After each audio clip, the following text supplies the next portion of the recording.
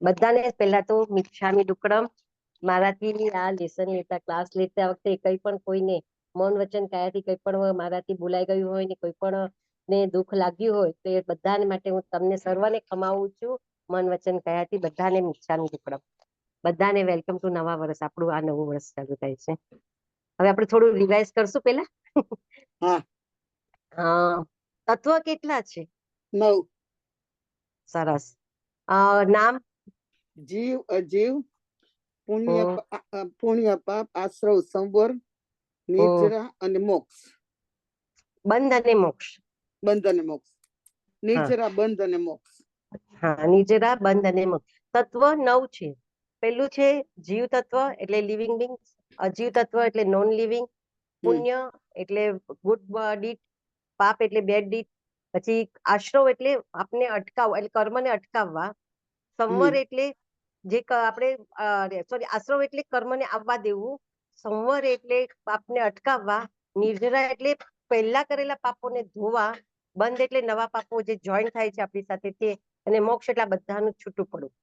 તો આ થયા 9 તત્વની એકદમ સિમ્પલ વ્યાખ્યાઓ છે, એટલે નાનું નાનું. અને તત્વ એટલે શું? એક મિનિટ ઉભા રહ્યો તો. જો જીવ, અજીવ, આશ્રવ, સંવર, પુણ્ય પાપ. હા, પુણ્ય પાપ, આશ્રવ, સંવર. 6 નિર્જરા. નિર્જરા મતલબ ના, તપ તત્વ નથી. નિર્જરાનું એક પ્રકાર, તપ 12 પ્રકારના અલગ છે. હા, તત્વ એટલે નિર્જરા. મેં તપ લખેલું હતું એટલે મને મારા મનમાં નિર્જરા એટલે તપ કરો એને નિર્જરા કહેવાય. નિર્જરા, બંધ અને મોક્ષ. બરાબર છે. હા, બંધ અને મોક્ષ. એટલે પણ હવે આ 9 તત્વ છે આપણને બધાને ખબર છે, બરાબર. પણ મેઇન શું છે? તત્વ. તત્વ એટલે શું? કોઈને ખ્યાલ છે? ભગવાને જેને તત્વ કીધું છે એની ડેફિનેશન શું છે? પ્રિન્સિપલ્સ. ઇંગ્લિશમાં એટલું મને ખબર છે. શું છે? પ્રિન્સિપલ. નો, પ્રિન્સિપલ એટલે સિદ્ધાંત થાય. સિદ્ધાંત થાય. આપણે લીધું છે બરાબર, પણ એની નજીક જ છે કે જે સર્વકાળની અંદર એઝ ઇટ ઇઝ રે ને એને તત્વ કહેવાય. એઝ ઇટ ઇઝ એટલે કે એનામાં કોઈ ચેન્જ ન હોય, એનો મૂળ સ્વભાવ જે કે ને, જેમ કે આપણે સાકર છે તો સાકર ની અંદર મીઠાશ છે, બરાબર. હવે મીઠાશ અને સાકર ને તમે જુદી પાડવાની ટ્રાય ટૂંકી કરો, આલુ કરો તો એ જુદી થશે. જો મીઠાશ નહીં હોતી એ સાકર કેવાશે? તત્વ એટલે સુખ દુઃખ ને જાણનારો જીવ ના થાય? ના, તત્વ એટલે 9 તત્વ છે. હા, એમાંનો એક તત્વ જીવ છે જે સુખ દુઃખ ને જાણે છે. જે 9 તત્વ છે ને, તત્વની વ્યાખ્યા એટલે કે જે વસ્તુ, જેમ કે હું તમને સિમ્પલ કહું કે ગોલ્ડ છે આપણી પાસે, બરાબર. ગોલ્ડ નું બિસ્કિટ છે, તમે એના કેટલા પણ ટુકડા કરો, ભલે નાનામાં નાનો હોય, તમારી પાસે 100 ગ્રામની લગડી, અરે ચલો ને સમજો ને મોટી લગડી છે, એના ગમે તેટલા ટુકડા કરો તો એમાંથી શું નીકળશે? સોનું જ નીકળશે. સોનું નીકળશે ને, ઘડાશે પણ પણ સોનું જ ઘડાશે. એનો જે કલર પીળો છે એ પીળો જ રહેશે, એ કડક ધાતુ છે એ કડક જ ધાતુ રહેશે, એ ગોલ્ડ છે એની વેલ્યુ જે છે એ જ રહેશે. એવી રીતના તત્વ એટલે કે જીવ તત્વ. જો આપણે ક્યાંયથી આવ્યા નથી, આપણો જીવ ક્યાંય જવાનો નથી, આપણો જીવ કોઈ દિવસ મરતો નથી. આપણે કહીએ છીએ ને આત્મા અજર અમર છે, એ કોઈ દિવસ મરતો નથી, ઓલું જીવતો નથી, ખાલી પર્યાયો બદલાય છે આપણી. તો એ જે તત્વ છે ને એ બધા જ કાળમાં એઝ ઇટ ઇઝ. આ વિશ્વની અંદર જે 14 રાજલોક કીધા છે ભગવાને, જે આપણે એમ કહીએ ને કે કેવળ જ્ઞાન થાય ત્યારે આપણને દેખાય છે, બરાબર. તો એ 14 રાજલોકમાં જેટલા જીવો છે ને એટલા જ જીવો હંમેશ માટે રહેવાના છે. ખાલી એના પ્લેસ ચેન્જ થતા રહે છે. નિગોદ માંથી કોઈ બહાર આવે છે આપણી સંસાર રાશિમાં, અને સંસાર રાશિમાંથી કોઈ જીવ મોક્ષમાં જાય છે. બાકી કોઈ કરતા કોઈ જીવ ક્યારેય વધ્યો નથી, ઘટ્યો નથી ને ઘટવાનો નથી. તો જે વસ્તુ કાયમ એઝ ઇટ ઇઝ છે ને એને તત્વ કહેવાય. જેમ કે સાકરની મીઠાશ, મીઠાની અંદર ખારાશ, ગોલ્ડ ની અંદર સોનું. તો એ સોનું એના રૂપો બદલાશે. સાકર નાખી તો ચામાં નાખી તો એ ચામાં મીઠાશ આપશે. એ શરબતમાં નાખો લીંબુના, તો લીંબુના શરબતમાં તમને મીઠાશ આપશે. તમે દાળ શાકમાં નાખશો તો એ એની સાથે ભળી જશે, પણ એની મીઠાશ રહેશે. એનું સ્વરૂપ બદલાઈ જશે પરંતુ એની મીઠાશ નહીં બદલાય, બરાબર છે. ક્લિયર થઈ ગયું? જો 9 તત્વ જેને ક્લિયર થઈ જશે ને તો એને આજે જ આપણે ટોપિક લેવાના છીએ ને, ઈ અને 32 આગમ જે શીખીએ છીએ ને અમે લોકો, એ સમજવામાં બહુ સહેલું પડશે કે હમ. જીવ જીવ જ છે. નિગોદમાં હતો ત્યારે પણ જીવ હતો. સંસાર રાશિ એટલે કે આ વ્યવહારમાં આપણે નિગોદમાંથી બહાર નીકળીને આવ્યા એકેન્દ્રીયમાં બેઇન્દ્રિયમાં, એ બધે વખતે જીવ તો એનો એ જ રહે છે, ફક્ત હમ. એનું સ્વરૂપ બદલાઈ જાય છે. અને હમ. સ્વરૂપને પર્યાય કહેવાય છે. આપણી આગળની ભાષામાં શું કહેવાય? પર્યાય. બરાબર. જેમ કે હું જીવ છું તો હું જયારે નિગોદમાંથી નીકળી તો પહેલી વાર તો હું જમીન થઈ હશ. જયારે એકેન્દ્રિયમાં તો હું કોઈક માટી હશ, તો લાલ માટી હો, પીળી માટી હો, કાળી માટી હો, પથ્થર માટી, ગમે તે રૂપે હું હોઈ શકું. એવી રીતે એકેન્દ્રિયમાંથી બે ઇન્દ્રિયમાં એવી રીતે મારું સ્વરૂપ બદલાઈ ગયું, પણ હું એઝ ઇટ ઇઝ રહી. મારો આત્મા એઝ ઇટ ઇઝ. ક્યાં સુધી કે આજે હું મનુષ્ય છું તો હવે મને આ સમજણ છે તો હું એવો પુરુષાર્થ કરીશ કે મારા બધા જ કર્મ છૂટા પડી જાય તો આ જીવ પાછો મોક્ષમાં સ્થિર થઈ જશે. રહેવાનું તો મોક્ષમાં પણ છે જ, તે જીવ તો રહેવાના જ છે. અનંતા જીવો ગયા છે અને અનંતા જીવો ત્યાં રહે છે, તો કોઈ જીવ ક્યારેય ખતમ નથી થતો. એટલે આ વિશ્વમાંથી જેટલી જીવની સંખ્યા છે ને એ જ રહેવાની છે, ફક્ત એના પ્લેસ બદલાય છે. પડે છે સમજ? તો એમાં જે ચાર તત્વો આપણે પેલા જોઈએ, જીવ તત્વ, અજીવ તત્વ. આ બહુ સિમ્પલ ઓલા છે કે લિવિંગ થિંગ, કે જેનામાં ચૈતન્ય સ્વરૂપ છે, લિવિંગ થિંગ, એને સુખ દુઃખ નો અનુભવ થાય છે. ભલે એ બોલે કે ન બોલે, એ વ્યક્ત કરે કે ન કરે, એની પર્યાય કોઈ પણ હોય. એ નિગોદમાં પણ હશે ને, એક જીવની એક શરીરની અંદર ઘણા બધા જીવો રહે એને નિગોદ કહેવાય. નિગોદની વ્યાખ્યા શું છે કે એક શરીરની અંદર ઘણા બધા જીવો રહે. જેમ કે આપણે બટાટા કહીએ છીએ, બટેટા ખાઈએ તો બટેટા ભગવાને કીધું છે કે 100ની અણી ઉપર એક બટેટાનું ખાલી ડોટ લો ને તો એની અંદર પણ અનંતા જીવો છે. તો એક શરીરની અંદર ઘણા બધા જીવો રહે છે. જેમ કે આપણા એક સ્ટમકની અંદર કેટલા બધા કૃમિઓ ને બધું રહે છે, બેક્ટેરિયા ને રહે છે, આપણા બોડીમાં પણ રહે છે. તો એવી રીતના જીવ હંમેશા બીજા પર ડિપેન્ડ રહીને પોતાનું જીવન ચલાવતો હોય છે. તો નિગોદની અંદર અનેક જીવો એક શરીરની અંદર રહેતા હોય છે.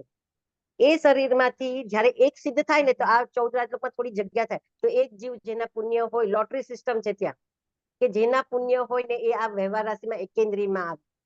એકેન્દ્રિયમાં એના કર્મ ખપાવતા અકામ નિર્જરા છે, ત્યાં એ પોતે પોતાની મેળે કંઈ નથી કરી શકતો.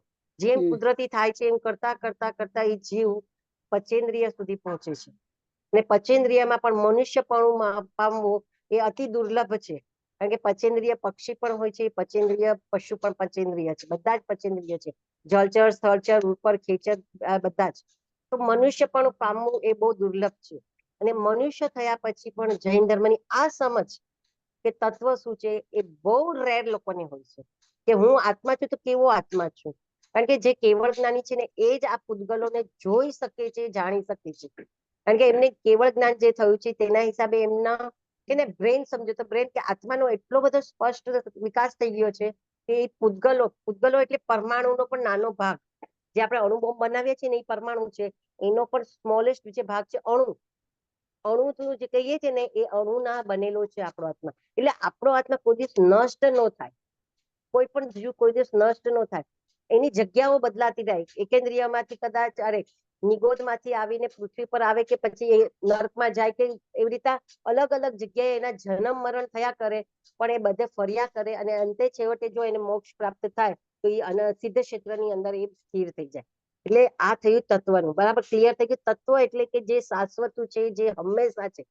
તો એવા 9 વસ્તુ છે શાશ્વતી ભગવાને કીધી.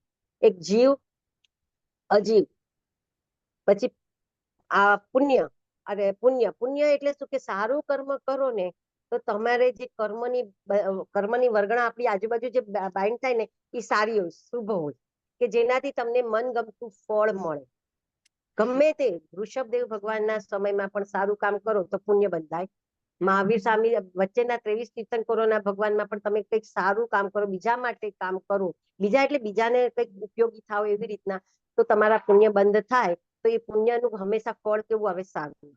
જેમ કે આંબાનું ઝાડ વાવ્યું હોય તો એમાં હંમેશા કેરી જ આવે, પછી એની અંદર લીંબોળી કે લીમડો ન ઉગે. અને લીમડો વાવ્યો હોય ને તો કોઈ દિવસ કેરી નો નીકળે. આ એક શાશ્વતું છે વસ્તુ. એમાં ન ભગવાન કઈ કરી શકે, ન આપણે કઈ કરી શકીએ. કોઈ કુદરતી વસ્તુ છે. આપણે કુદરતને કહીએ તો કુદરતી વસ્તુ છે, ઈશ્વર કહે તો ઈશ્વરની વસ્તુ છે. જે ગણો તે આ. તો એ પુણ્ય છે, એ પુણ્યનું એવું છે કે ફળ મીઠા લાગે, આંબા જેવા. ને પાપ એટલે કે કોઈનું ખરાબ ઈચ્છ્યું, કોઈનું ખરાબ કર્યું. પછી ઋષભદેવ ભગવાનના કાળમાં પણ ઋષભદેવ ભગવાનથી ભૂલથી એ થયું હોય ને તો પણ એનું ફળ કડવું જ આવે.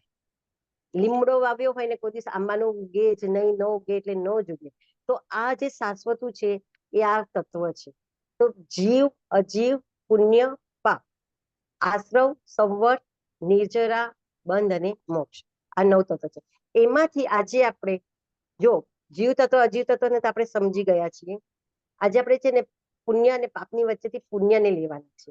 પાપ વસ્તુ એવી છે ને કે એ આપણને આ મસ્ત સીધો દોર જ રાખે. જ્યારે પાપનો ઉદય થતો હોય ત્યારે આપણે ઓટોમેટિક શાંત થઈ ગયા હોઈએ, કારણ કે આપણું કઈ ચાલતું જ નથી હોતું. પાપ એટલે શું કે જેના ફળ આપણને ભોગવતા કડવા લાગે, જે આપણને દુઃખ આપે છે, આપણને નથી ગમતું, આપણા માઇન્ડ સેટમાંથી જે છે એનાથી ઓપોઝિટ આવે છે, એને પાપનું ફળ કહેવાય. અને પુણ્યનું ફળ એનેથી ઊંધું કે આપણને ગમતું મળે, આપણને જોઈતું હોય એ થઈ જાય, આપણી બધી ઈચ્છાઓ પૂરી થાય, આપણને આનંદ મળે, ખુશી મળે, આપણને જે ભોગવવું બહુ ગમે એને પુણ્ય કહેવાય. આ પાપ અને પુણ્યનો ડિફરન્સ પડી સમજ? તો એમાં પાપ વખતે તો શું છે, આપણું ચાલવાનું જ નથી, ગમે તે કરીએ, બીમારી આવી એ આપણા જયારે આવી પછી એની રીતે જ જાય, એના સમયે જાય. ગમે તેટલી આપણે પ્રયત્ન કરીએ, દવાઓ લઈએ, ખાઈએ, બધું કરીએ, અરે એક્સરસાઇઝ કરે ને તો આપણું વજન ન ઉતરે તો ન જ ઉતરે. આપણે કઈ ખાતા નથી, એક્સરસાઇઝ કરીએ છીએ તો મારું વેઇટ ઓછું નથી થતું, પણ એ આપણા જે કર્મ આપણે બાંધીને આવે છે, જ્યાં સુધી રહેવાના છે આપણી સાથે ત્યાં સુધી એ રહેશે જ તે. એટલે પાપના ઉદયની અંદર આપણે તોય સીધા રહીએ છીએ, બહુ આડા તેડા નથી થઈ શકતા. પરંતુ પુણ્યનો ઉદય એવા હોય કે જે આપણને છકાવી નાખે. અને એટલા માટે આજે આપણે પુણ્યના ઉદયમાં કેવી રીતના રહેવું ને એ આપણે જોવાનું છે. કારણ કે આપણા બધાના પુણ્ય ઉદય બહુ સારા છે. એક તો મનુષ્ય દેહ મળ્યો છે, 5 ઇન્દ્રિયો સારી ને સક્ષમ મળી છે આપણને, અને ઉપરથી જૈન ધર્મ મળ્યો છે, ગુરુદેવો મળ્યા છે, અને આગમોની વાંચણી મળીને આપણે આટલું સામાયિક નહીં કરીએ છીએ. એટલે આપણે એમ કહે ને કે જે ઓલામાં કહીએ છીએ કે મનોરથમાં કે દુર્લભ મનુષ્ય ભવ, 5 ઇન્દ્રિયો, ઉચ્ચ કુળ અને આર્ય ક્ષેત્ર અને જૈન ધર્મ, આ બધી જ વસ્તુ આપણને મળી છે. એટલે આપણા પુણ્યોદય તો જબરજસ્ત છે. હવે આ પુણ્યોદયમાં આપણે છકી ન જઈએ અને આપણે કેવી રીતના રહેવું ને તે આજે આપણે સમજશું. તો સૌથી પહેલું તો છે ને, પુણ્ય આપણને અડે નહીં એવી રીતના જીવવું. જ્યારે પુણ્યનો ઉદય આવે ત્યારે પુણ્ય આપણને અડે નહીં. અને એના માટે એક જ વ્યક્તિને યાદ કરવાના, ભરત ચક્રવર્તી.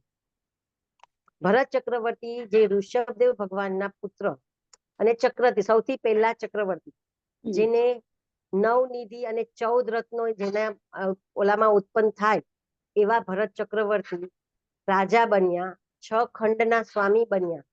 એની 64,000 રાણીઓ હોય. અને એમનું પુણ્ય કેવું હોય ખબર છે કે એમને ત્યાં જે રત્નો આવ્યા હોય એ દેવલોકના રત્નો હોય. રત્નો એટલે કે એક સ્પેશિયાલિસ્ટ હોય કે સવારના અનાજ ઉગાડે, બપોરના અનાજ ઉગી જાય એમનું, અને સાંજના એ દળાય પીસાય એનું ખાવાનું ખાય. અને એમનું જે ભોજન હોય એવું ભોજન આપણે કોઈ કરી પણ આપણે પચાવી પણ ન શકીએ. આપણે કે ને જેમ સિંહણનું દૂધ હોય ને, સિંહણનું, એ સોનાના પાત્રમાં જ રહે, તમે બીજા પાત્રમાં નાખો ને તે પાત્ર તૂટી જાય, કારણ કે એનામાં એટલી શક્તિ હોય, તો એ પાત્રને સહન ન કરી શકે. તો એવી રીતના ચક્રવર્તીનું પુણ્ય એટલું જબરજસ્ત હોય કે 6 ખંડના સ્વામી હોય, એટલે બધી જ આખી વિશ્વ એના અંડરમાં હોય, અને એમની 64,000 રાણીઓ હોય, એટલા પાયદળ, હાથી, એટલું બધી રિદ્ધિ સિદ્ધિ હોય, અને એમને ત્યાં દેવો પણ એમની સેવામાં હાજર હોય. એ આગળ ચાલે જ્યારે એમને કોઈની સાથે લડાઈ ન કરવી પડે, બધા રાજા ઓટોમેટિક એમની અંડરમાં રહેવા તૈયાર થઈ જાય, એ એના પુણ્ય હોય છે. પરંતુ ભરત ચક્રવર્તીએ પોતે ભરત એવું પુણ્યનું નામકર્મ ઉદય કરીને આવ્યા હતા આગળના ભાવમાં, એટલે એમને ચક્રવર્તી તો થયા, એમના રાજ્યની અંદર ચક્રો ઉત્પન્ન થયા, 14 રત્નો ઉત્પન્ન થયા, પણ એમને ભોગવવા નહોતા. એમને તો ભગવાન સાથે દીક્ષા લેવાના ભાવ હતા. પણ ભગવાને કીધું કે તું અત્યારના તારા ભોગવેલી કર્મ જે છે એ ભોગવી લે, પછી તને જે જોઈએ છે એ તને મળી જશે.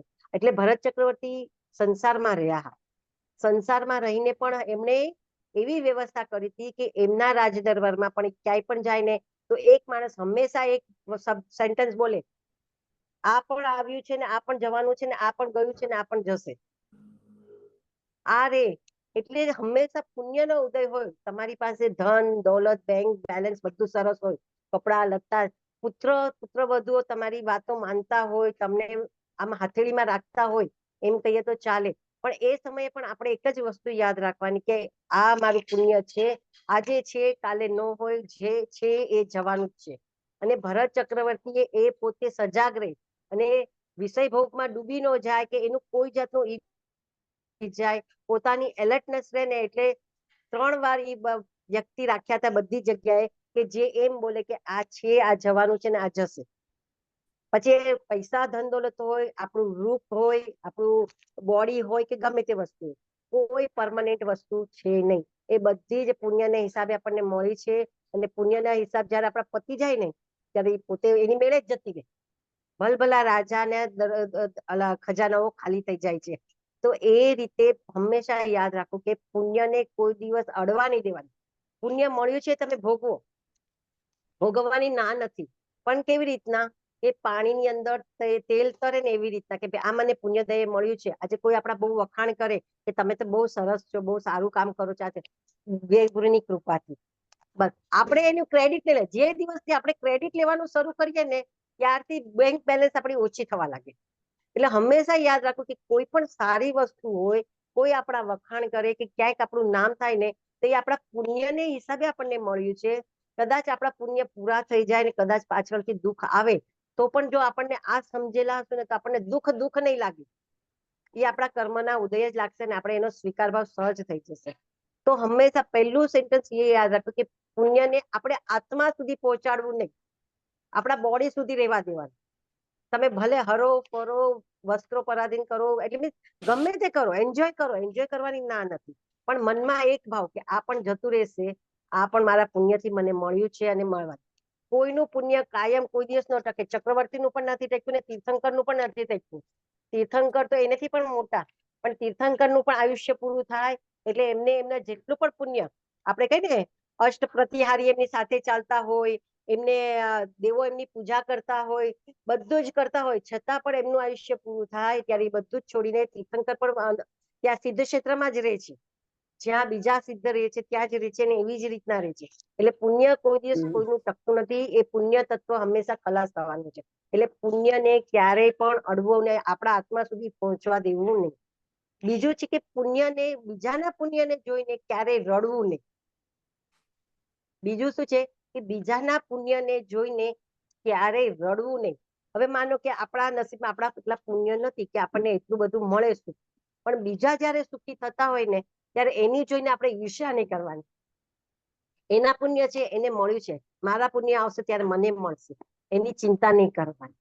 એના માટે છે આપણે શ્રેણિક મહારાજાના પુત્ર કૌણિકને તો બધાને ખબર હશે કે એને પોતાના જ પિતાને જેલમાં મૂક્યા હતા અને એમની સાથે બહુ જ દુર્વ્યવહાર કર્યો હતો અને એના મૃત્યુનું નિમિત્ત પણ એ જ હતું.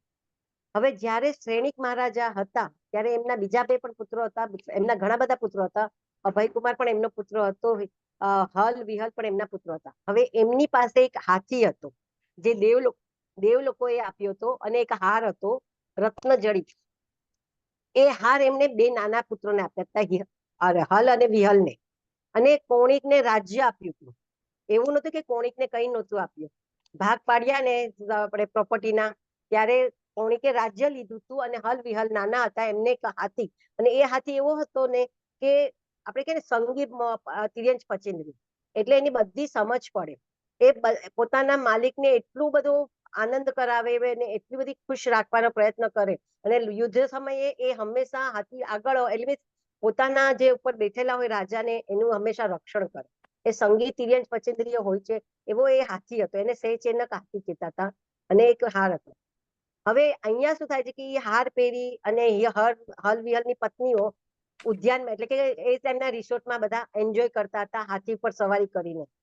અને કૌણિકની પત્ની પદ્માવતી, એની દાસીએ એ રાણીના કાન ભંભેર્યા કે તું ખાલી કેવા પૂરતી મહારાણી છે, અસલી એન્જોયમેન્ટ તો ઓલા હલ વિહલની પત્નીઓ ને એ લોકોનું ફેમિલી કરી રહ્યું છે. મસ્ત મજાના હાથી ઉપર સવાર થઈ અને રાજમિયાથી નીકળે છે, મસ્ત મજાના હાર ને એ બધું પહેરીને. અને એ લોકોને તું જો શું એ લોકોનો વટ છે, તારું તો કઈ નથી માન. બસ આ થયું બીજાનું પુણ્ય, દેરાણીનું પુણ્ય જોવાની જે ઈર્ષા ઉત્પન્ન થાય ને, એવી ઈર્ષા પદ્માવતીને ઉત્પન્ન થઈ ગઈ કે મારી આગળ કેમ નહીં.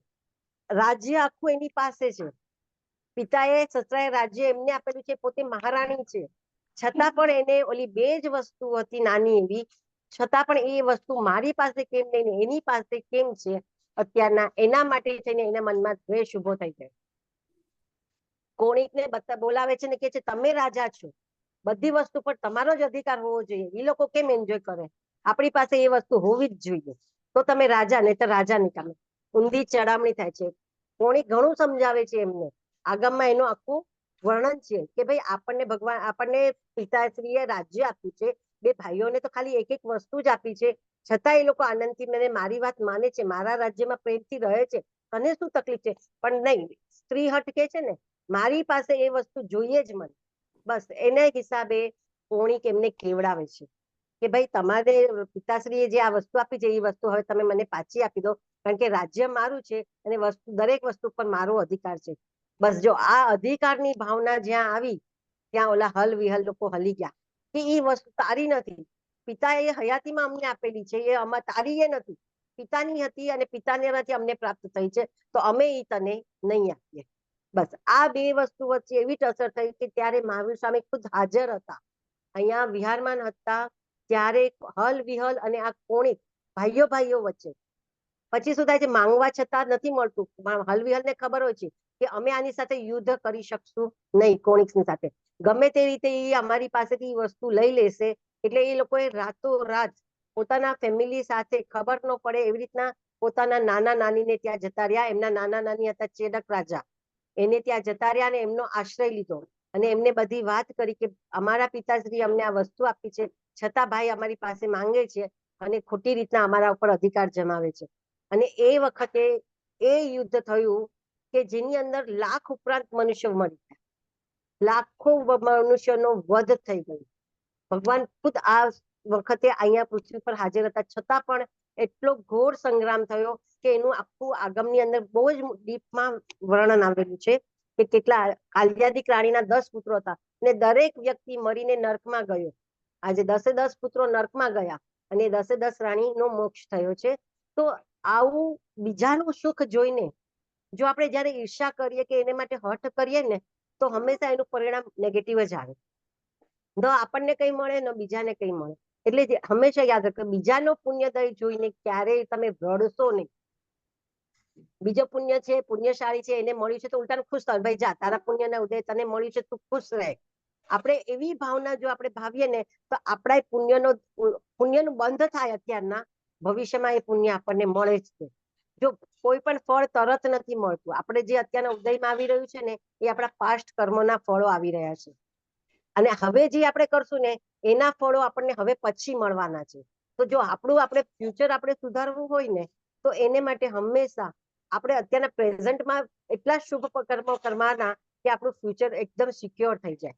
તો એના માટે હંમેશા યાદ રાખો કે બીજાનું પુણ્ય, પહેલું તો પાપ પુણ્યને આત્મા સુધી પહોંચવા નહીં દેવાનું, બીજું બીજાના પુણ્યને જોઈને ક્યારે રડવું નહીં, અને ત્રીજું છે પુણ્યને સડવા નહીં દેવાનું. આપણા પુણ્યના ઉદય આવ્યા છે તેને સડવા નહીં દેવાનું. સડો થવો એટલે શું? આપણે કહીએ ને સડી ગયું છે, એટલે એનો મિનિંગ શું થાય? આપણે કેરીઓ બજારમાંથી લાવીએ ને કેરી ખવાય નહીં, કોક વાર પડી રહે તો આપણે કેમ કેરી બગડી ગઈ છે કે સડી ગઈ છે, બરાબર છે, ખાવાનું સડી જાય. પડી વસ્તુ રે ને એમને એમાં ફેરફાર ન થાય. જેમ કે પાણી પણ બંધાયેલું લે છે ખાબોચિયાની અંદર, તો એમાં પણ મચ્છર જીવાત ઉત્પન્ન થાય ને કાદવ બની જાય ને એમાં પણ વાસ આવવા માંડે, દુર્ગંધ આવવા માંડે. એટલે સડવું એટલે છે ને બગડી જવું, સડો થઈ જવું. આપણે કે ને શરીરમાં પણ ક્યાંક ઘા વાગ્યો હોય અને આપણે એની કેર ન કરી હોય ને તો એ ઘા સડી જાય છે, એમાં ફરું રસી થઈ જાય છે ને ઘા ની અંદર વધારે ને વધારે આપણને તકલીફ થઈ જાય છે. તો સડવું એટલે એક જાતનું શું છે ને બગાડ થવું, બગડી જવું. કોઈ પણ વસ્તુનો જયારે તમે સંગ્રહ કરો છો ને તો એ વસ્તુનું પરિણામ બગડી જવાનું, પછી ખાવાની હોય, પૈસાની હોય, આપણા શરીરની હોય, ગમે તે. પુણ્યના ઉદયે આપણને અત્યારના શરીર સારું મળ્યું છે, પાંચે ઇન્દ્રિય સક્ષમ છે. જો આપણે બીજા માટે એનો કોક વાર યુઝ કરવાનો આવે, કોઈ આપણને કે અને આપણે કે ના ભાઈ મારાથી નહીં થાય. ઘણાને એવી ટેવ હોય, ગોડ ગિફ્ટ કે ને કે ડ્રોઈંગ સારું હોય, પેઇન્ટિંગ સારું હોય, ક્રિએટિવિટી હોય એમના માઇન્ડમાં, ગોડ ગિફ્ટ છે આ બધી વસ્તુ. તમે પુણ્ય કરીને આવ્યા છો તો તમને ભગવાન તરફથી આ જન્મતાની સાથે મળી ગઈ છે. ઘણાએ પ્રયત્નથી ડેવલપ પણ કરી હોય, પણ જ્યારે કોકનું કઈ કામ હોય કે ભાઈ અમને આ જરાક ડ્રોઈંગ કરી દેશો ને, તો એ તરત એમ કહી દે ના મને ટાઈમ નથી. ટાઈમ હોય કે ન હોય એ સેકન્ડરી મેટર છે, પણ તમે એને એક વાર તો કે ભાઈ હું પ્રયત્ન કરીશ, જો મારેથી થતું હશે તો હું તમને કરી દઈશ. આપણો ભાવ શું હોવો જોઈએ? જો ભાવ આવો હશે ને તો તમે કર્યું ન કર્યું એ સેકન્ડરી મેટર છે, પણ ભાવ શુદ્ધ હશે તો એનું પુણ્ય બંધ થાય છે. તમે પણ તમે ફટ કરતું એમ કહી દો કે ના ભાઈ મને તો ટાઈમ જ નથી, મારેથી આ નહીં થાય. તમને ભગવાને આપેલું છે, તમારી પાસે ગોડ ગિફ્ટ છે, તો તમે એનો યુઝ કરો. અને તમે જેટલું કરશો ને એટલી તમારી પ્રેક્ટિસ થશે તો એક ગુણ તમારામાં વધારે ડેવલપ થશે. એટલે કોઈ દિવસ ક્યારેય કોઈ પણ વસ્તુ જે આપણી શક્તિ, આપણે છે ને દરેક વખતે મહારાજ માસ્ટરજીના વ્યાખ્યાનમાં પણ સાચું, પોતાની શક્તિ ગોપવ્યા વિના કાર્ય કરવું. ગોપવું એટલે શું? કે દબાવી દેવું. આપણી શક્તિ છે કે આપણે ચોવ્યાર કરી શકીએ છીએ, ભાઈ ચોવ્યાર કરવામાં મને કઈ પ્રોબ્લેમ નથી, પણ આપણે શું કરીએ રાતના ખાઈએ કે ન ખાઈએ પણ પછી આપણે ચોવ્યાર ન કરીએ, કારણ કે આળસ હોય, પ્રમાદ હોય આપણે. તો એ તમે શું કર્યું? તમારી શક્તિને ગોપવી છે. તમે ચોવ્યાર કરવા કેપેબલ છો, તમારે કોઈ દવા નથી લેવાની, તમે કઈ ખાવાના નથી, પછી શું કરવા ચોવ્યાર નથી કર્યો? પ્રમાદને હિસાબે. તો આ તમારું જે પુણ્ય બંધ થયું એ અટકાવી દીધું, અને તમારું શું થઈ ગયું? પુણ્યનો સડો થઈ ગયો. શરીર છે, ભગવાને શક્તિ આપી છે એટલે તમારી પાસે પુણ્ય છે, અને છતાં તમે એને વાપર્યું નહીં. એટલે જે પુણ્ય વપરાય નહીં ને એ કઈ ડબલ નથી થતું, એનું પડ્યું શરૂ થાય. એવી જ રીતના તમારી ભગવાનની કૃપાથી આજે તમારી પાસે ધન સંપત્તિ આવી છે, તો 4 જણને તમે હેલ્પ કરી શકો એટલી કેપેસિટી તમારી છે, પણ તમે એકને પણ હેલ્પ ન કરી શકતા હોય ને તો એ પુણ્યને લીધે આવેલી લક્ષ્મી પણ છે ને પડી રહેશે. તમારા ગયા પછી એનો શું ઉપયોગ થશે એ તો જે કરવા વાળા હશે એના પર જ ડિપેન્ડ રહેશે. તમે ઈચ્છ્યું હશે કે હું દાન દઉં અને કંઈક મંદિર કે સારી સ્થાપના પ્રતિષ્ઠા કરાવું, પણ તમે એમ થયું કે ના આટલા પૈસા વપરાઈ જશે તો, મારી પાસે નહીં રહે તો, અને તમે વાપર્યા નહીં, પછી તમારી પાછળ તમારા પુત્ર કે પુત્ર વધુ એટલીસ્ટ જે પણ હોય એ લોકો શું કરવાના છે એ તમે થોડા ખબર પડવાની છે તમને નહીં. અને જો તમે કરેલું હશે તો એનું પુણ્ય તમારી સાથે આવશે. એ લોકો કરશે તો એ લોકોની સાથે થશે. તો એટલે કોઈ પણ વસ્તુ આપણી પાસે હોય, તન મન અને ધન, કોઈ પણ વસ્તુ હોય તો એનો ઉપયોગ કોઈ દિવસ આપણી નેગેટિવિટીમાં વિચારીને નહીં છોડી દેવાનો. એને હંમેશા ઉપયોગ કરવાનો પ્રયત્ન કરવાનો. આપણા ભાવ એવા રાખવાના કે ભાઈ હા હું કરવાનો પૂરો પ્રયત્ન કરીશ, પછી થયું ન થયું એ દેવગુરુની કૃપા, થયું તો પણ વાવા, ન થયું હોય તો પણ સોરી, મિક્ષાનું ટુકડો. ભગવાને ક્યાંય એવું નથી કીધું કે તમારેથી કરવું જ જોઈએ ને તમારેથી થવું જ જોઈએ. એટલે આપણી પાસે જે પણ વસ્તુ પડી છે, શરીર ગણો તો શરીર, પૈસા ગણો તો પૈસા, અને મનથી પણ આપણે હંમેશા છે ને ઘણા વખત બીજાના ખોટા વિચારો કરતા હોઈએ છીએ. એ ખાસ આપણા માટે, આપણે બધા માટે, હું તમારા એટલા માટે, મારા માટે પણ, કે આપણાથી કરી નથી શકાતું. આપણે શરીરથી તો કોઈને ખરાબ કરતા જ નથી, કારણ કે આપણામાં સમજ છે, બરાબર. વચનથી પણ આપણે બહુ કંટ્રોલમાં રહીએ છીએ કે ના ભાઈ કોઈના નકામા રિલેશનો આપણા બગડી જાય એના કરતા આપણે બોલવું નહીં. પણ મનથી પણ આપણે જયારે બીજાના માટે ખરાબ ભાવના રાખીએ તો એનું ફળ પણ આપણને મળે છે, કે આપણી સાથે બનતી પણ નેગેટિવિટી આવે છે અને આપણને સારા વિચારો આવતા નથી. આપણે ઘણી વાર નથી કહેતા કે મને હંમેશા છે ને ડર લાગે, ભય લાગે, હું એકલી ન રહી શકું, મને એમ થાય કે અહીંયાથી કોક આવશે તો, અહીંયાથી કોક આવશે તો, એકલા રહેવું હોય તો ઘણા ડરી જાય છે. તો એનું કારણ શું છે? કે આપણે મનથી કોઈ દિવસ કોઈને સપોર્ટ ન કર્યો હોય અને કોઈ દિવસ કોઈનું ખરાબ ઈચ્છ્યું હોય તો એવા ભાવોને હિસાબે આપણા એવા કર્મો બંધ થયેલા છે. કર્મ જડ છે, તમે જેવા બાંધશો ને એવા જ આવશે આપણામાં, આપણી સામે. એટલે કર્મનો કોઈ સ્વભાવ નથી, સ્વભાવ આપણો છે. સ્વભાવ આપણે કરવાનો છે, કર્મની અંદર નાખવાનો છે. તો એટલા માટે હંમેશા મન, તન, મન, ધન, ત્રણેય વસ્તુ જયારે આપણને ભગવાને આપી હોય, પુણ્યના ઉદયે મળે, કોઈ દિવસ ગોપવી નહીં, બને એટલું કરવાની. હા, પહેલું તો જી જ કહેવાનું, એવો નિયમ રાખી દેવાનો. પછી કહેવાનું મારેથી પ્રયત્ન થશે તો હું આટલા ટાઈમમાં તમને કરી દઉં, તમને ચાલશે કે નહીં, તમને ફાવશે કે નહીં, મારે આ પરિસ્થિતિ છે. તમે જોજો તમારામાં એટલી કેપેસિટી આવશે કે તમે ધાર્યું હશે ને તો તમારું થઈ પણ જશે. તો એવી રીતના પહેલો શબ્દ હંમેશા હા રાખવો, અને પછી જો જે થવાનું હોય તે પ્રમાણે આપણે સિચ્યુએશન પ્રમાણે હેન્ડલ કરી લેવાનું. એટલે આ થયું કે કર્મ, પહેલું તો કર્મ જયારે પુણ્ય ઉદયમાં આવે ને તે આત્મા સુધી પહોંચવા દેવું નહીં. બીજું, બીજાના પુણ્યને જોઈને કોઈ દિવસ રડવું નહીં. અને ત્રીજું, આપણા પુણ્યને સડવા દેવું નહીં. ચોથું છે પુણ્ય જાય ને ત્યારે રડવું નહીં. ઘણાની સિચ્યુએશન એવી હોય કે જન્મ્યા ત્યારે સોના ચાંદીના ચમચા હોય, એટલે એમ કે ને ચાંદીનો ચમચ લઈને જન્મ્યો છે, એટલી સુખ સાહેબીમાં મોટા થયા હોય, એટલી બધી જ વસ્તુ મળતી હોય, પણ પરિણામે જ્યારે જેમ જેમ આગળ લાઈફ જતી જાય તો એવો સ્ટ્રગલનો પીરિયડ આવી જાય એકવાર કે કઈ બીજાને ત્યાં એમને અંદર બીજાની અંદર રહેવું પડતું હોય, જેના ઘરે પોતે બીજાને રાખતા હોય એને બદલે બીજાને ત્યાં રહીને એમને જોબ કે કાર્ય કરવું પડતું હોય, તો એવી પરિસ્થિતિ પણ આપણા કર્મને ઉદયે જ આવી છે. એટલે આપણે કોઈ દિવસ એવું રડવું નહીં કે ભાઈ મારી પાસે આટલું હતું અને હવે મારી પાસે કઈ નથી રહ્યું તો હું રડવા બેસું, હે ભગવાન તે મને મારી સાથે આવું કેમ કર્યું, કે મેં એવા કેવા પાપ કર્યા હશે કે મારે આ જોવું આવે છે. ઘણા લોકો આવા શબ્દ બહુ વાપરે, પણ એવા શબ્દો વાપરવાથી તમારી નેગેટિવિટી વધે છે, ઉલટાના નવા કર્મ ખરાબ બંધ કરો છો, જે ભવિષ્યમાં પણ તમારું ખરાબ ઉદયમાં આવશે.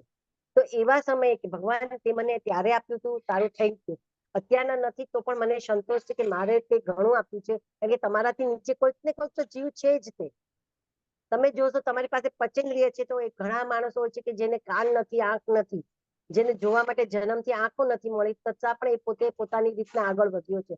તો આપણને તો ભગવાને પચેન્દ્રિય તો આપી જ છે ને, તો એના માટે કોઈ દિવસ આપણી પુણ્ય જતું રહે, કદાચ આપણા ધન જતું રહે, કદાચ આપણું શરીર અશક્ત થઈ જાય, તો પણ ભાઈ આટલા જિંદગી આખીમાં આટલું થયું, હવે આ ઉંમરે મને આટલી બીમારી આવી છે તો ઈસ ઓકે, મારા કર્મ જે વેદનીય છે તો હું આમાં ભોગવી લઉં.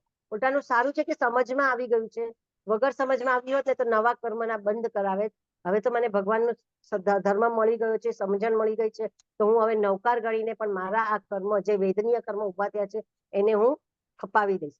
તો આ રીતના જો હશે ને તો નવા કર્મ બંધાશે નહીં પાપના, અને નવા કર્મ પાપના બંધાશે નહીં તો આપણે જો નવા પાપના નો બંધાય ને તો પુણ્યના બંધાય જ છે. આ બે વસ્તુ છે, કર્મ કાં તો પાપ બંધાય કાં તો પુણ્ય બંધાય, આ સિવાય ત્રીજો કોઈ રસ્તો છે જ નહીં. એટલે પુણ્ય બંધાશે જો આપણે સિમ્પલ રીતના કરશું, અને ઘણા એટલો પુરુષાર્થ કરે, કદાચ સંથારો લઈને કરીએ તો એમના તો કર્મની નિર્જરા થઈ જાય. કર્મની નિર્જરા એટલે ભૂતકાળમાં કરેલા કર્મ હોય ને એ બધા ક્ષય થવા લાગે, તો એવી નિર્જરા થઈ જાય તો પછી આપણો મોક્ષ એકદમ નજીક થઈ જાય. તો આવી રીતના આપણે 4 સ્ટેપ યાદ રાખવાના છે કે આત્માને કોઈ દિવસ, અને પુણ્યને કોઈ દિવસ આત્મા સુધી પહોંચવા દેવું નહીં, એટલે કે એમાં ડૂબી નહીં જવું. બીજાનું પુણ્ય જોઈને ક્યારેય પણ આપણે રડવું નહીં, આપણા પુણ્યને સડવા દેવું નહીં, અને આપણું પુણ્ય જતું રહે ને ત્યારે આપણે કોઈ દિવસ રડવું નહીં કે હાય હાય મારી આ વસ્તુ હતી ને જતી રહી, હવે હું શું કરીશ. પછી શરીર હોય, પૈસો હોય, આપણું માન સન્માન હોય, આપણા ઋણાનુબંધ પૂરા થાય ને તો આપણા પુત્ર અને પુત્રી વધુ પણ, અને ઇવન પુત્રી ડોટર પણ આપણી વસ્તુ ન માને, અને અધરવાઇઝ જો આપણું પુણ્ય હોય ને તો બાજુવાળો આપણું કીધું કરે.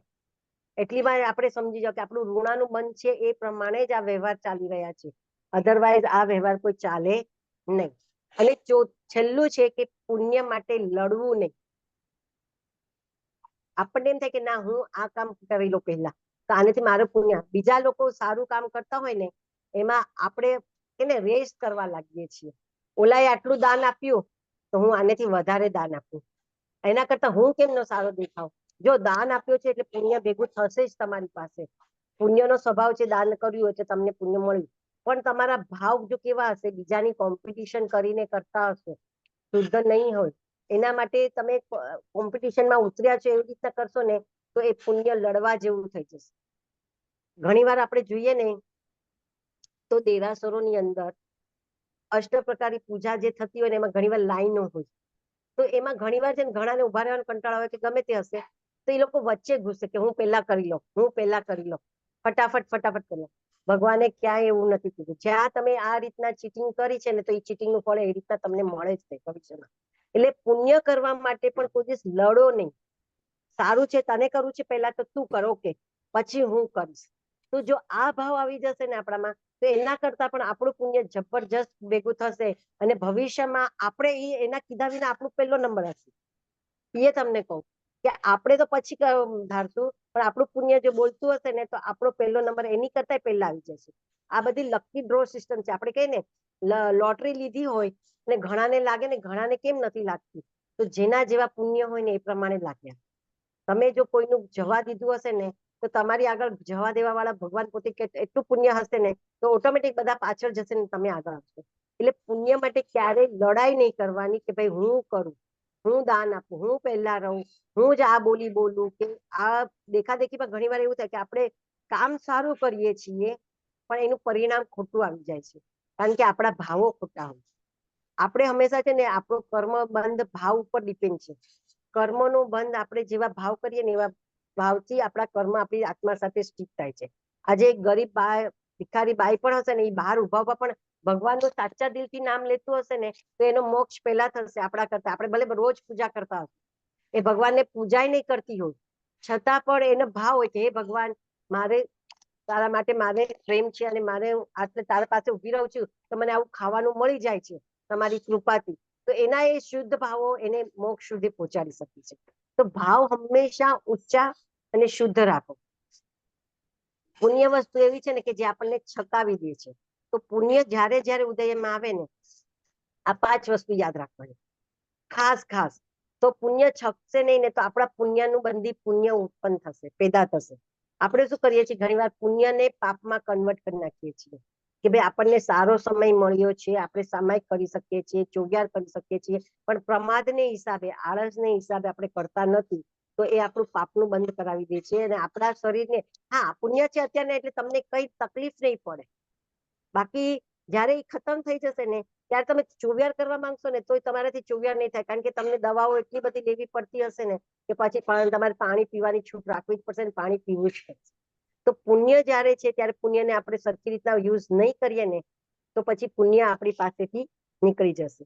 એટલે પુણ્ય આવે ત્યારે ખાસ જાગૃત રહેવાની જરૂર છે. દુઃખમાં તો ઓટોમેટિક બધું ધર્મ જ યાદ આવે આપણને કે ભાઈ આપણે ભગવાનની પાસે જઈએ, સામાયિક કરીએ, ચલો ભાઈ આપણે બીજે ક્યાંય જવાતું નથી કારણ કે પૈસાની તંગી છે, શરીર સાથ નથી આપતું, કે ભાઈ હું ચાલીને જઈ શકું એવું નથી, મારી કેપેસિટી નથી, તો ઘરમાં જ રહેવું પડશે. બધા ઘરની બહાર જશે પણ તમે ઘરની બહાર નહીં જઈ શકો, તો એ આપણું પુણ્ય નથી એટલે આપણે જઈ નથી શકતા. તો એવી પરિસ્થિતિ આવશે ત્યારે કમ્પલસરી આપણે રહેવું જ પડશે ને. એના કરતા પહેલેથી સમજીને આપણે રહીએ ને તો આપણા પુણ્યનો પુણ્ય ઉદય થાય જ છે. એટલે પુણ્યનું બંધી પુણ્ય બંધ થાય જ છે. તો પુણ્ય જયારે ઉદયમાં આવે ને તો હંમેશા યાદ રાખો કે થોડું થોડું જે પુણ્ય વપરાતું જાય છે ને એમાં બીજું પુણ્ય એડ કરતા જવા. આજે તમારી શરીરની સ્થિતિ સારી છે, પૈસે ટકે સ્થિતિ સારી છે, તમારે કામની કોઈ એવી અડચણ નથી, તો બને એટલો ધર્મ કરવાનો પ્રયત્ન કરવાનો, પ્રમાદ નહીં કરવાનો. પ્રમાદ એટલે આપણની આળસ, સિમ્પલ શબ્દમાં આળસ, કંટાળો. તો એ કંટાળો જો કરશું ને તો ભવિષ્યમાં આપણને આ ધર્મ કરવાનો સમય નહીં મળે, શરીર નહીં મળે અને કદાચ આ ધર્મ પણ નહીં મળે. અત્યારનો તો હજી નસીબ છે કે આપણને આ ધર્મ મળી રહ્યો છે, પણ આ ધર્મ ધીરે ધીરે ભગવાને કીધું જ છે કે 21,000 વર્ષ સુધી જેમનું આ શાસન રહેવાનું છે, જૈન શાસન, પછી આ જૈન ધર્મ સૌથી પહેલા ડિસ્ટ્રોય થવાનો છે. તો એ ધર્મ પણ આપણને નહીં મળે, તો એના કરતા જે અત્યારના મળ્યું છે તો એને માણી લઈએ. માણી લઈએ એટલે કે એને એકદમ યુઝ ટુ કરી લઈએ, યુઝફુલ કરી લઈએ. બને એટલો સમય આપણે ધર્મમય વિતાવવાનો, અને ન બને ને તો એક જ ભાવ રાખવાનો, શુભ થાવો આ સકલ વિશ્વનું. આ વિશ્વમાંથી બહાર આપણે જવાના નથી, આ વિશ્વમાં જ આપણે રહેવાના છે. અને શુભ થાવો આ સકલ વિશ્વનું એક સેન્ટેન્સ એવું છે ને કે જેની અંદર બધાનું શુભ ભાવના છે, આપણી પણ શુભ ભાવના છે, આપણે પણ ઇન્ક્લુડ છીએ અને બધાનું પણ ઇન્ક્લુડ છે. એટલે આ ભાવથી હંમેશા આપણા પુણ્યનો બંધ થાય છે. આ બહુ મોટું છે. ભગવાન મહાવીરે ખુદ એમના ત્રીજા આગલા એટલે કે વિશ્વમિત્રના ભવની અંદર સંયમ લીધો હતો અને એમને શું વિચાર્યું હતું કે બધાને જૈન ધર્મ મળે અને બધા મોક્ષે જાય ને એટલી શાસનની પ્રભાવના કરી હતી. જે મળે એમને સાચો ધર્મ સમજાવતા હતા અને સર્વ જીવ કરું શાસન રસિક એ સમયે એમનો મંત્ર હતો ભગવાન મહાવીરનો. અને એટલા માટે જ આજે ભગવાન મહાવીર સ્વામીનું તો આયુષ્ય 72 વર્ષનું જ હતું. ભગવાન મહાવીર સ્વામી 72 વર્ષનું જ આયુષ્ય લઈને આવ્યા હતા, પણ એ 72 વર્ષમાં પણ એમને જૈન શાસનની એવી એટલે કે એવી સ્થાપના કરી કે એ 21,000 વર્ષ સુધી ચાલવાની છે. તો એ 21,000 વર્ષ એમને ક્યાંથી મળ્યા છે? તો એમને એ પુણ્યનું ઉપાર્જન એમના 25મા ભાવમાં કર્યું કે સર્વજીવ કરું શાસન રસિક. આ શાસન રસિક કરવું એટલે બધા જ જીવોનું કલ્યાણ થાય, બધા જ જીવોનું શુભ થાય, એવી ભાવના એમણે ત્યારે ભાવી હતી. સંયમ લીધો તો ત્યારે એમણે ત્યારે 11 લાખથી વધારે માસકમણ તપ કર્યા હતા એ સમયના ભાવમાં, એટલે કે એમના 26મા ભાવમાં. ત્યારે એમને આ ભાવના ભાવી હતી અને એ ભાવનાના પુણ્યને હિસાબે અત્યારના ભગવાન મહાવીર સ્વામીનું શાસન 21,000 વર્ષ સુધી ચાલવાનું છે. ભગવાન પાર્ષદ ભગવાનનું શાસન ફક્ત 250 વર્ષ જ ચાલ્યું છે. 250 વર્ષ પછી તરત જ મહાવીર સ્વામીનું શાસનની સ્થાપના થઈ. ભગવાન પાર્શ્વનાથ સ્વામીના ભગવાનના ગણધર કેસી સ્વામી અને ગૌતમ સ્વામી બંને સાથે રહેલા છે આજે આગમની અંદર. તો ભગવાન પાર્શ્વનાથ ભગવાનનું 250 વર્ષ જ ચાલ્યું શાસન અને ભગવાન મહાવીરનું 21,000 વર્ષ સુધી ચાલવાનું છે. તો આ જે ડિફરન્સ છે એ નામ તીર્થંકર નામ કર્મની આધારે થાય છે. તો આ જે પુણ્ય છે ને, પુણ્ય તમે ગયા પછી પણ તમારું નામ કર્મ હોય ને તો તમારું નામ રે. આજે આપણે એમ કહીએ છીએ કે નહીં કે કોઈ નામ લેવા વાળું હોય કે ન હોય પણ એમનું નામ અમર થઈ જાય છે. તો એ નામ કર્મનું પુણ્ય છે, એ પુણ્યને કારણે થાય છે અને એ પુણ્ય કર્મ આપણે જો બાંધ્યું હોય ને તો આપણને પ્રાપ્ત થાય છે. તો હંમેશા યાદ રાખો કે પુણ્ય કરવું છે, બીજું કઈ કરવું જ નથી મારે. અને એ પુણ્ય એટલું જબરજસ્ત બાંધો કે તમે મોક્ષમાં ગયા પછી પણ તમને યાદ કરવા વાળા હોય, તો એને કહેવાય પુણ્ય. એટલે આપણે પુણ્ય વિશે, પુણ્યમાં કેવી રીતના જીવવું, પુણ્યને કેવી રીતના હેન્ડલ કરવું અને પુણ્યની અંદર પુણ્ય કેવી રીતના બાંધવું ને એ આજે આપણે સમજ્યા છીએ. તો દુઃખની વાત તો આપણે પાપ તો પછી સમજશું, પણ પુણ્ય જ્યારે આપણી પાસે અત્યારના છે તો આપણે એ પ્રમાણે વર્તીએ. તો આ હતા પુણ્યના પોઈન્ટ કે પુણ્યમાં કેવી રીતે પુણ્ય ઉદયમાં આવે ત્યારે આપણે શું શું કરવું. કે આ 5 પોઈન્ટ આપ્યા છે કે આત્માને અડવા નહીં દેવું, બીજાના પુણ્ય જોઈને લડવું નહીં, કોઈ દિવસ પુણ્ય માટે લડવું નહીં, પુણ્ય માટે રડશો નહીં અને પુણ્ય માટે ઝઘડા કરશો નહીં. તો આ થયા પુણ્ય. હવે આમાં કોઈને કઈ પણ ક્વેરી હોય, કઈ પણ ડાઉટ હોય એ પૂછી શકે છે. જેટલું મને જ્ઞાન છે ગુરુદેવની કૃપાથી તો મારાથી સોલ્વ થતો હશે તો હું તમને કહીશ, ટ્રાય કરીશ.